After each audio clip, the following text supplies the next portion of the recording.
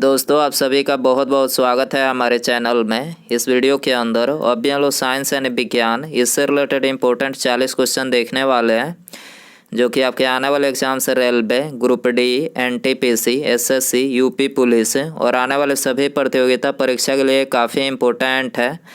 तो आप इस वीडियो को बहुत ध्यान से लास्ट तक देखिए। चैनल पर आया है तो चैनल को सब्सक्राइब कर पास में जो घंटे का निशान है उसे भी ऑन कर दें, ठीक है। और ये टोटल 40 क्वेश्चन है। आप इनमें से कितने क्वेश्चन जो है सही कर पाते हैं अपना स्कोर कमेंट बॉक्स में ज़रूर बताएं। तो देखिए यहाँ पर हमारा पहला क्वेश्चन है, नाभिकीय विखंडन के दौरान श्रृंखला अभिक्रिया को नियंत्रित करने के लिए न्यूट्रॉनों का अवशोषण करने के लिए प्रयुक्त दो तत्व हैं। तो देखिए प्रयुक्त दो तत्व हैं बोरान और कैडमियम, ठीक है। नाभिकीय विखंडन के दौरान श्रृंखला अभिक्रिया को नियंत्रित करने के लिए न्यूट्रॉनों का अवशोषण करने के लिए प्रयुक्त दो तत्व कौन से हैं? तो ये बोरान और कैडमियम है, ठीक है। आंसर हो जाएगा ऑप्शन ए। क्वेश्चन नंबर 2 है, निम्नलिखित में से कौन सा कोशिका अंग पादप कोशिका में पाया जाता है किंतु पशु कोशिका में नहीं पाया जाता है? तो देखिए करेक्ट आंसर ऑप्शन ए हो जाएगा क्लोरोप्लास्ट, ठीक है। क्लोरोप्लास्ट जो है ये पादप कोशिका में पाया जाता है किंतु क्लोरोप्लास्ट जो होता है ये पशु कोशिका में अनुपस्थित होता है, ठीक है। इसके अलावा यदि हम बात करें क्लोरोप्लास्ट की तो ये एक हरे रंग का लवक है और इसकी खोज किस वैज्ञानिक ने किया था? तो देखिए इसकी खोज जो है सिम्पर ने किया था, ठीक है। आपको याद रखना है किसने किया था, सिम्पर ने। क्वेश्चन नंबर 3 है, पृथ्वी कितनी पुरानी है इसका निर्धारण किस प्रकार किया जाता है? तो देखिए पृथ्वी कितनी पुरानी है इसका निर्धारण जो है ये रेडियोमेट्रिक काल निर्धारण के द्वारा किया जाता है, ठीक है। आंसर हो जाएगा ऑप्शन बी। इसके अलावा यहाँ से एक और क्वेश्चन पूछा जाता है कि जीवाश्मों की आयु का पता लगाने के लिए, मतलब जीवाश्मों की आयु का पता जो है किस विधि के द्वारा लगाया जाता है? तो ये कार्बन डेटिंग विधि। आपको याद रखना है कौन सा, कार्बन डेटिंग विधि के द्वारा जीवाश्मों की आयु का पता लगाया जाता है। जबकि पृथ्वी और चट्टान जो होते हैं उसको यूरेनियम डेटिंग विधि, जिसे रेडियोमेट्रिक काल निर्धारण विधि बोला जाता है, इसी के द्वारा लगाया जाता है। क्वेश्चन नंबर 4 है, अपराधी को पहचानने के लिए फॉरेंसिक विभाग निम्नलिखित में से किस तकनीक का प्रयोग करता है? तो देखिए फॉरेंसिक जो विभाग होता है तो ये अपराधी को पहचानने के लिए डीएनए फिंगरप्रिंट का प्रयोग करता है, ठीक है। और यह तकनीक जो है, जो डीएनए फिंगरप्रिंट है, यह तकनीक वर्ष 1984 में ब्रिटिश जेनेटिस्ट एलेक जेफरीज एवं उनके सहयोगी द्वारा विकसित किया गया था, ठीक है। और इसके द्वारा जो है जैविक माता पिता की पहचान भी संभव है, ठीक है। आपको याद रखना है। क्वेश्चन नंबर 5 है, सबसे पहले डीएनए को अलग किसने किया था? तो सबसे पहले डीएनए को अलग जो है ये फ्रेडरिक मिएंचर ने किया था, ठीक है। आंसर हो जाएगा ऑप्शन ए। क्वेश्चन नंबर 6 है, निम्नलिखित में से किसका प्रयोग नोदक या रॉकेट ईंधन के रूप में किया जा सकता है? तो देखिए करेक्ट आंसर ऑप्शन डी हो जाएगा द्रव हाइड्रोजन प्लस द्रव ऑक्सीजन, ठीक है। द्रव हाइड्रोजन प्लस द्रव ऑक्सीजन का जो प्रयोग किया जाता है नोदक या रॉकेट ईंधन के रूप में किया जाता है, ठीक है। आंसर हो जाएगा डी। क्वेश्चन नंबर 7 है, शरीर में लगी चोट की मरम्मत के लिए किस प्रकार के सेल विभाजन का प्रयोग किया जाता है? शरीर में लगी चोट की मरम्मत के लिए किस प्रकार के सेल विभाजन का प्रयोग किया जाता है? तो ये किया जाता है केवल समसूत्रण विभाजन का प्रयोग, ठीक है। समसूत्रण या समसूत्री विभाजन कायिक कोशिकाओं में होता है। यह शरीर में लगी चोट की मरम्मत व शारीरिक वृद्धि के लिए जो है उत्तरदायी होता है, ठीक है। आपको याद रखना है। क्वेश्चन नंबर 8 है, मानवीय विकास के संबंध में हाल ही में खोज की गई कड़ी कौन सी जीवाश्म की खोज है? मानवीय विकास के संबंध में हाल ही में खोज की गई कड़ी कौन से जीवाश्म की खोज है? तो ये है होमो नलेडी, ठीक है। होमो नलेडी जीवाश्म की खोज है। आंसर हो जाएगा ऑप्शन बी। क्वेश्चन नंबर 9 है, जैव आवर्धन या जैव संचय का कारण क्या है? तो देखिए इसका जो कारण है वो है आर्गेनोक्लोरीन, ठीक है। आर्गेनोक्लोरीन है। आंसर हो जाएगा बी। क्वेश्चन नंबर 10 है, वह तत्व जो प्रकृति में नहीं होता लेकिन कृत्रिम रूप से उत्पन्न किया जा सकता है क्या है? तो प्रकृति में जो है प्लूटोनियम नहीं होता है, ठीक है, लेकिन कृत्रिम रूप से जो है इसे उत्पन्न किया जाता है। आंसर हो जाएगा सी। क्वेश्चन नंबर 11 है, पेट की परत में कुछ ग्रंथियों की कोशिकाओं से कौन सा एसिड स्रावित होता है? पेट की परत में कुछ ग्रंथियों की कोशिकाओं से कौन सा एसिड स्रावित होता है? तो ये स्रावित होता है हाइड्रोक्लोरिक एसिड, जिसे HCl बोला जाता है।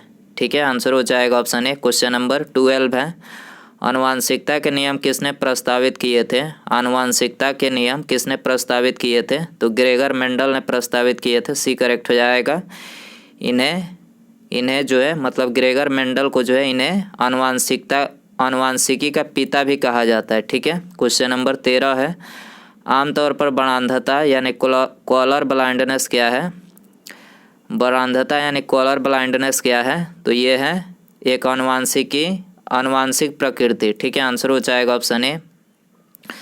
देखिए बाणांधता जो होता है, बाणांधता मतलब कॉलर ब्लाइंडनेस वाले जो व्यक्ति होते हैं उनको जो है लाल व हरा रंग में जो है भेद नहीं कर पाते हैं। ठीक है, लाल और हरा रंग जो होता है उसमें ये भेद नहीं कर पाते हैं कॉलर ब्लाइंडनेस वाले जो व्यक्ति होते हैं। ठीक है, और ये आनुवांशिकी प्रकृति है, जेनेटिक्स। क्वेश्चन नंबर 14 है, विकास का सिद्धांत किसके द्वारा प्रस्तावित किया गया था? विकास का सिद्धांत किसके द्वारा प्रस्तावित किया गया था? तो चार्ल्स डार्विन के द्वारा। ठीक है, आंसर हो जाएगा ये। क्वेश्चन नंबर 15 है, जीवन की मूलभूत इकाई क्या है? तो देखिए जीवन की मूलभूत इकाई है कोशिका। ठीक है, आंसर हो जाएगा ये। क्वेश्चन नंबर 16 है, बारूद बनाने के लिए निम्नलिखित में से किसका उपयोग होता है? देखिए सारे ही क्वेश्चन जो है इम्पोर्टेंट है, तो इसलिए आप इस वीडियो को एंड तक देखिए। ठीक है, और वीडियो यदि पसंद आ रहा है तो प्लीज़ वीडियो को लाइक ज़रूर करें ईमानदारी से। ठीक है, काफ़ी मेहनत से क्वेश्चन कलेक्ट किया जाता है, तो वीडियो को प्लीज़ मतलब लाइक ज़रूर करें,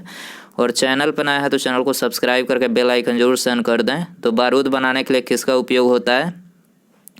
तो नाइट्रोग्लिसरॉल का। ठीक है, नाइट्रोग्लिसरॉल का उपयोग होता है। ठीक है, आंसर हो जाएगा सी। क्वेश्चन नंबर 17 है, आनुवांशिक अभियांत्रिकी का दूसरा नाम क्या है? तो देखिए इसका जो दूसरा नाम है वो है पुनः संयोजन DNA प्रौद्योगिकी। ठीक है, पुनः संयोजक DNA प्रौद्योगिकी जो है आनुवांशिक अभियांत्रिकी का दूसरा नाम है। सी करेक्ट हो जाएगा। क्वेश्चन नंबर 18 है, निम्नलिखित में से कौन सा नाइट्रोजन फिक्सिंग बैक्टीरिया है? निम्नलिखित में से कौन सा नाइट्रोजन फिक्सिंग बैक्टीरिया है? तो ये है राइजोबियम। ठीक है, आंसर हो जाएगा बी। क्वेश्चन नंबर 19 है, किस हार्मोन की कमी से मनुष्य में बौनापन होता है? तो देखिए मनुष्य में जो बौनापन होता है तो होता है STH हार्मोन। ठीक है, STH हार्मोन की कमी से मनुष्य में बौनापन होता है। आंसर हो जाएगा ऑप्शन ए। ये हड्डियों के लिए जो ये हार्मोन होता है, ये हड्डियों की वृद्धि के लिए काफ़ी ज़्यादा मतलब महत्वपूर्ण होता है। ठीक है, हड्डियों और शरीर की वृद्धि के लिए जो है STH हार्मोन ज़रूरी होता है। ठीक है, जब दूध खट्टा हो जाता है तो डैश का उत्पादन होता है, तो दूध खट्टा होता है तो लैक्टिक एसिड का उत्पादन होता है। ठीक है, आंसर हो जाएगा बी। दूध को दही में बदलने के लिए किस बैक्टीरियम का प्रयोग किया जाता है? तो दही में बदलने के लिए दूध को लैक्टोबैसिलस बैक्टीरियम का प्रयोग किया जाता है। सी करेक्ट हो जाएगा। निम्नलिखित में से कौन सा जानवरों का एक तीव्र वायरस रोग है जो मनुष्यों में एक संक्रमित जानवर के काटने से फैलता है? तो देखिए पागल कुत्ता जो होता है, पागल कुत्ते आपने देखे होंगे, पागल कुत्ते यदि किसी को काट ले तो रेबीज होता है। ठीक है, रेबीज हो जाता है, या मनुष्य को काट ले या फिर किसी जानवर को ही काट ले तो रेबीज एक ऐसी बीमारी है, बहुत ही खतरनाक बीमारी है। ठीक है, ये हो जाता है। ठीक है, आंसर हो जाएगा सी। क्वेश्चन नंबर 23 है, पोलियो वैक्सीन की खोज किसके द्वारा की गई थी? पोलियो वैक्सीन की खोज किसके द्वारा की गई थी? तो ये जोनास साल के द्वारा की गई थी। आंसर हो जाएगा सी। क्वेश्चन नंबर 24 है, ओरल पोलियो वैक्सीन डैश के द्वारा विकसित की गई थी? ओरल पोलियो वैक्सीन डैश के द्वारा विकसित की गई थी? तो ये अल्बर्ट साबिन के द्वारा विकसित की गई थी। सी करेक्ट हो जाएगा। 25 है, जीका वायरस किसके द्वारा मनुष्य में संचारित होता है? तो देखिए जीका वायरस जो है ये मच्छर के द्वारा जो है मनुष्य में मतलब संचारित होता है। बी करेक्ट हो जाएगा। पीला बुखार यानी पित्त ज्वर मुख्य रूप से इंसानों के बीच किससे फैलता है? तो मुख्य रूप से इंसानों के बीच जो है मादा मच्छर के काटने से फैलता है। ठीक है, आंसर हो जाएगा ये। 27 है, चेचक के लिए टीका किसने प्रदान किया था? चेचक के लिए टीका किसने प्रदान किया था? एडवर्ड जेनर ने। ठीक है, आंसर हो जाएगा ये।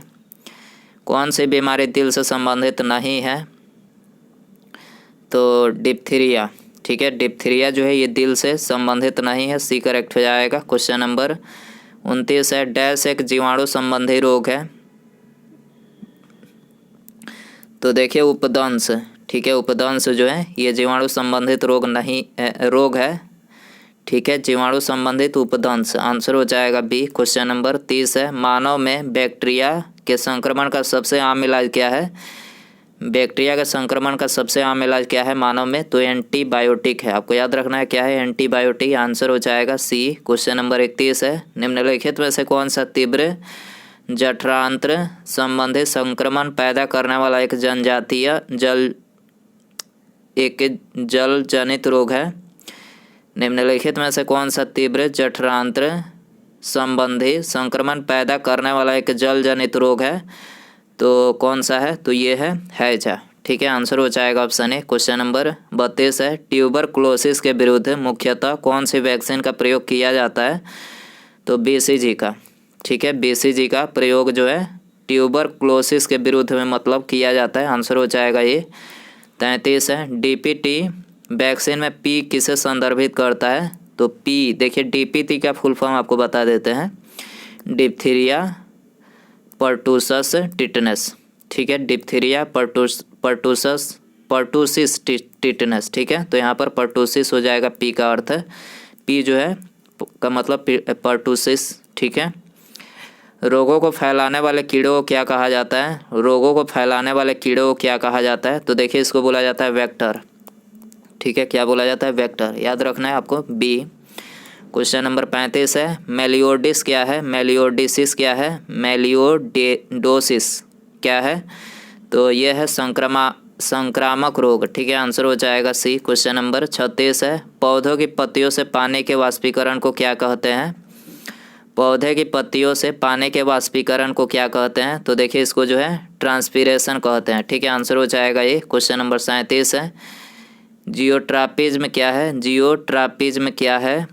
तो ये है गुरुत्वाकर्षण की प्रक्रिया के रूप में पौधों की वृद्धि, ठीक है, गुरुत्वाकर्षण की प्रतिक्रिया के रूप में पौधों की वृद्धि है जियोट्रॉपिज्म, ठीक है। आंसर हो जाएगा ऑप्शन ए। क्वेश्चन नंबर 38 है, सर जगदीश चंद्र बोस द्वारा पौधों में वृद्धि को मापने हेतु निर्मित उपकरण का नाम क्या है?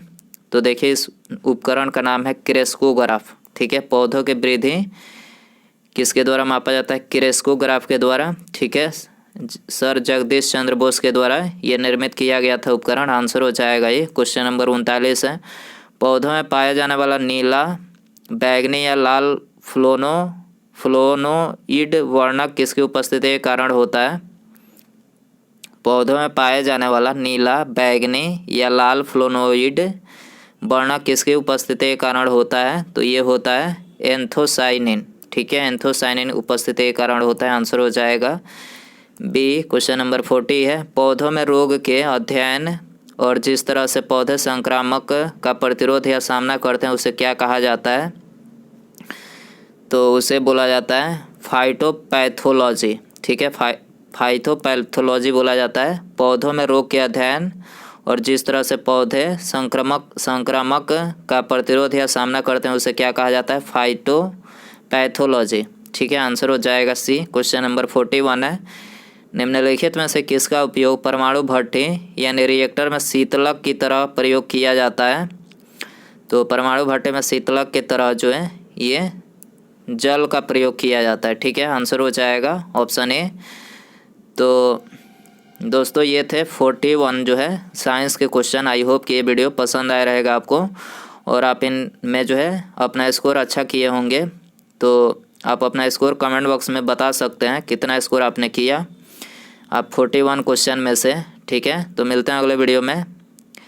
नमस्कार, जय हिंद, जय भारत।